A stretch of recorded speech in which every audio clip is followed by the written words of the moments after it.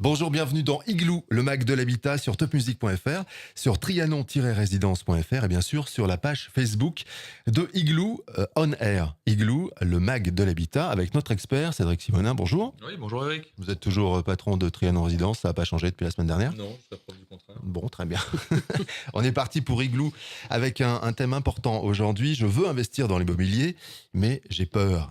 Est-ce que c'est anxiogène tout ça? On va le savoir, on en parlera dans un instant avec notre invitée Diane Aïssaoui qui est chez IGP Gestome. On la reçoit dans un instant, mais d'abord les infos du monde de l'habitat. Ce qui vous a marqué, Cédric Simonin? Alors aujourd'hui, j'aimerais vous parler, puisqu'on a une thématique sur l'investissement locatif, j'aimerais rester sur cette thématique-là avec une étude qui a été faite par le Crédit Foncier pour vous donner un peu une cartographie de l'investissement en France. Donc, juste que vous sachiez, l'investissement en France est en part, plutôt une grosse part de progression. On passe à peu près de 2013 à un peu moins de 13%. On est à 16-17% pour 2017. Alors, le Crédit Foncier a imaginé une cartographie un peu des ménages français que je vais vous donner. Donc, il y a 7,6% des ménages français qui sont propriétaires d'au moins un logement mis en location. Et puis, par rapport au financement, une thématique qu'on va aborder tout à l'heure, avec peu ou pas d'apport personnel et le financement sur une durée moyenne de 20 ans et 10 mois. Alors, le Crédit Foncier a aussi dressé un portrait de l'investisseur type. Une grande majorité de ces bailleurs privés ne possèdent qu'un seul bien à la location. Par rapport peut-être aux idées reçues qu'on a par rapport aux bailleurs. En moyenne, l'investisseur locatif est âgé de 45 ans, vit en couple et son ménage dispose d'un revenu d'environ 71 000 euros. Donc, et la répartition des investissements locatifs, alors c'est plutôt l'appartement qui a la part belle, puisque c'est 92% des investissements et 8% en maison individuelle. Pour vous donner une cartographie aussi des surfaces, 60% des biens loués sont des studios ou des 2 pièces pour une surface en moyenne de 45 mètres carrés. Et on arrive dans un prix moyen au niveau du prix moyen national de 170 000 euros. Dernier point, les investisseurs sont rarement multipropriétaires, mais une part non négligeable d'entre eux ne possèdent même pas leur résidence principale. Pour 11% d'entre eux, ils restent locataires de leur logement. Alors c'est essentiellement vrai pour des villes qui sont extrêmement tendues, où le marché de l'immobilier est très cher, comme Paris par exemple.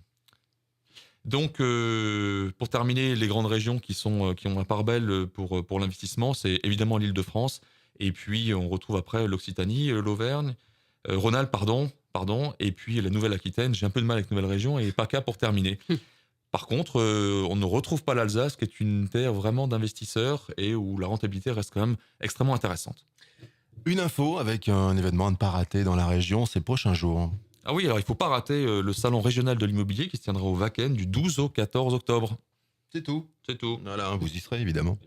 Notre invité aujourd'hui pour Igloo, je veux investir dans l'immobilier, mais j'ai peur, avec Diane Aïssaoui. Bonjour. Bonjour, alors vous êtes chez IGP Gestome, vous avez fait votre carrière bancaire dans les financements des projets immobiliers, vous êtes directrice des filiales immobilières du Crédit Agricole.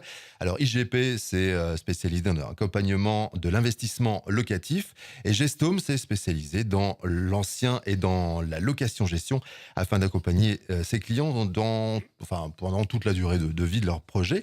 Diane Aïssaoui, soyez la bienvenue dans Igloo. Bienvenue Diane. Alors effectivement, on a lancé cette thématique avec un clin d'œil. C'est je veux investir, mais j'ai peur. C'est une thématique que l'on entend qui est assez récurrente. Alors, faut-il avoir peur? Est-ce sain d'avoir peur? Pourquoi avoir peur? Oui, alors beaucoup de questions. Mais parce que, monsieur... Alors je dirais oui, dans une certaine mesure, parce que bien évidemment la peur c'est un réflexe qui est sain, ça nous évite de faire les choses un peu n'importe comment. Par contre, il ne faut pas non plus se laisser dépasser par ces peurs. La peur, l'anxiété, elle vient du fait qu'on ne maîtrise pas les choses. Et justement, pour pouvoir investir sans avoir peur, il faut bien connaître les rouages de l'investissement pour maîtriser finalement cette anxiété et pouvoir ensuite se lancer dans un investissement qui sera réussi. D'accord. Donc, est-ce qu'on pourrait imaginer, pour que nos auditeurs arrivent à comprendre assez simplement ce qu'est un investissement locatif et peut-être qu'il n'y a pas vraiment de raison d'avoir peur, si on imaginait ça en 4 axes, quels seraient-ils par exemple?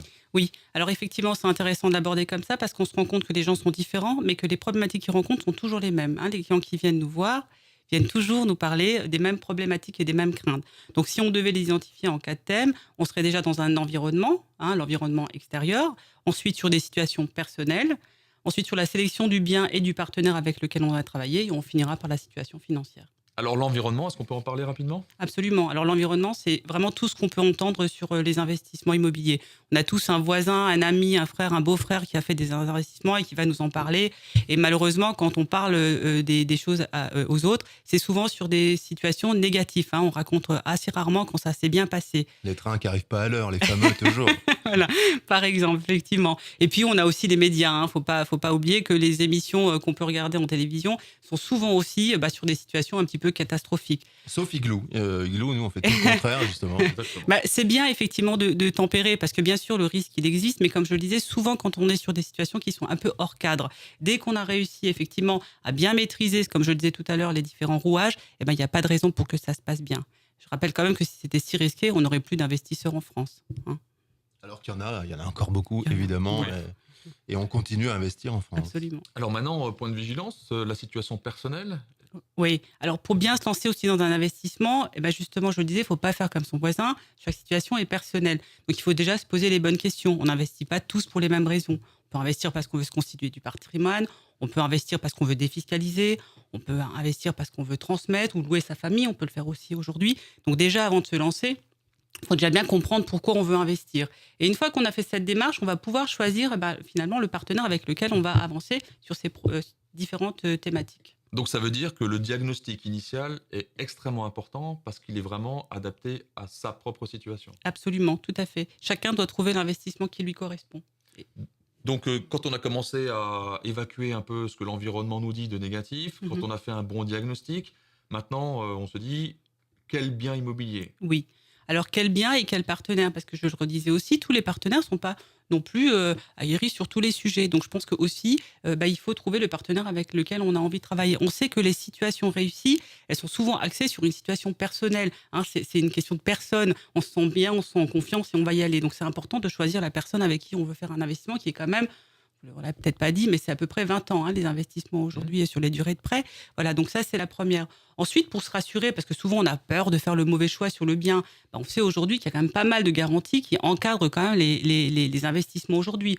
On va parler de la garantie d'achèvement, la garantie décennale, enfin voilà, c'est quand même bien structuré aujourd'hui. Donc on peut aussi déjà se rassurer sur le fait que les investissements sont plutôt cadrés. Une fois qu'on a compris ça, une fois qu'on a trouvé le partenaire avec qui on veut travailler, eh bien effectivement, après, il va falloir parler de l'emplacement. Alors l'emplacement, on n'a pas tous besoin d'aller investir à Paris pour avoir un bon investissement. Mais il faut trouver le bon compromis, je dirais, entre l'emplacement donc, qui va bien se louer et qui va bien se revendre. Et là, une fois qu'on a compris que l'équilibre de ces deux points va faire un bon rendement, après, on a le choix des possibles en fonction de ses budgets. On n'a pas tous besoin d'investir 300 000 € dans un appartement. Par rapport à l'emplacement, est-ce que je peux en mettre encore un élément supplémentaire? L'emplacement, je rajouterai le prix aussi? Oui, le prix peut avoir un impact, mais en fonction de sa situation personnelle et puis de ce qu'on veut faire. Je le disais tout à l'heure, si on veut défiscaliser, il faut trouver un investissement qui soit en phase avec la défiscalisation qu'on veut faire. Si on veut y loger un par an, ça va aussi peut-être être plus en l'affect, donc peut-être que le prix sera différent. Mais là, encore une fois, difficile de répondre ici. Chaque situation est personnelle.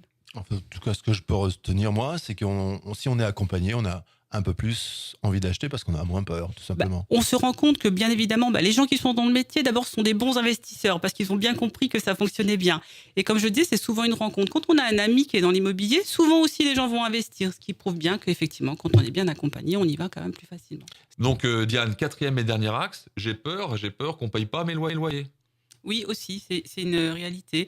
Les gens ont peur qu'on ne paye pas leur loyer, alors qu'aujourd'hui, il faut savoir que le nombre d'impayés de loyer est très bas par rapport à... Là aussi, il ne faut pas oublier que ça reste assez exceptionnel. Mais en plus, il y a aujourd'hui des garanties qui sont mises en place et qui permettent vraiment de combler cette situation. Il y a aussi des cautionnements. Voilà, il y a plein de garanties derrière. Quel type de garantie exactement ?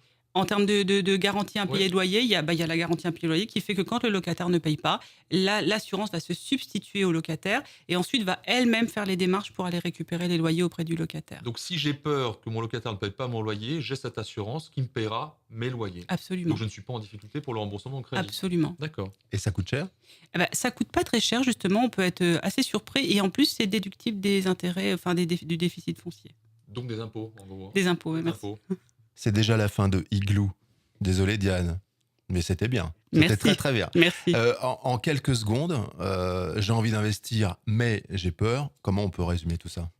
Je résumerai avec ce qu'on vient de se dire, hein. D'abord, bien préparer son investissement en s'entourant, en n'écoutant pas toujours ce qui est dit. Et puis, peut-être dernier point qu'on n'a pas abordé, aller voir peut-être son banquier pour se rassurer sur le financement. Voilà. Bah oui, on l'a pas abordé, mais oui, c'est un peu évident. Quand on veut acheter, on va d'abord voir son banquier ou que son ton corps courtier a ajouté quelque avant. chose Mais bien sûr, Cédric. Alors, ce qui est assez intéressant, c'est que les gens qui ont déjà investi, donc le premier investissement est très anxiogène, hein, puisqu'on parlait de peur, c'est le thématique de l'émission. On se rend compte que quelqu'un qui a investi une fois revient à l'investissement 2 fois et après devient un multi-investisseur. Donc si c'était quelque chose qui était vraiment terrifiant, je pense que les gens n'iraient pas plusieurs fois. La première fois, c'est toujours la plus difficile, hein, comme on dit. Ouais, beaucoup de C'est domaines. comme quand on monte à vélo. Exactement. Merci Diane. Bon, c'est aussi simple que le vélo, finalement, d'investir dans l'immobilier. Bah voilà, c'était la leçon du jour dans Igloo. Merci. Merci Diane, merci Cédric. Merci, On se Eric. retrouve très très bientôt donc sur topmusic.fr pour Igloo, mais également sur le site de Trianon Résidence, c'est trianon-résidence.fr, et sur Facebook, on a une page Facebook Igloo on Air. À bientôt, merci, à très vite.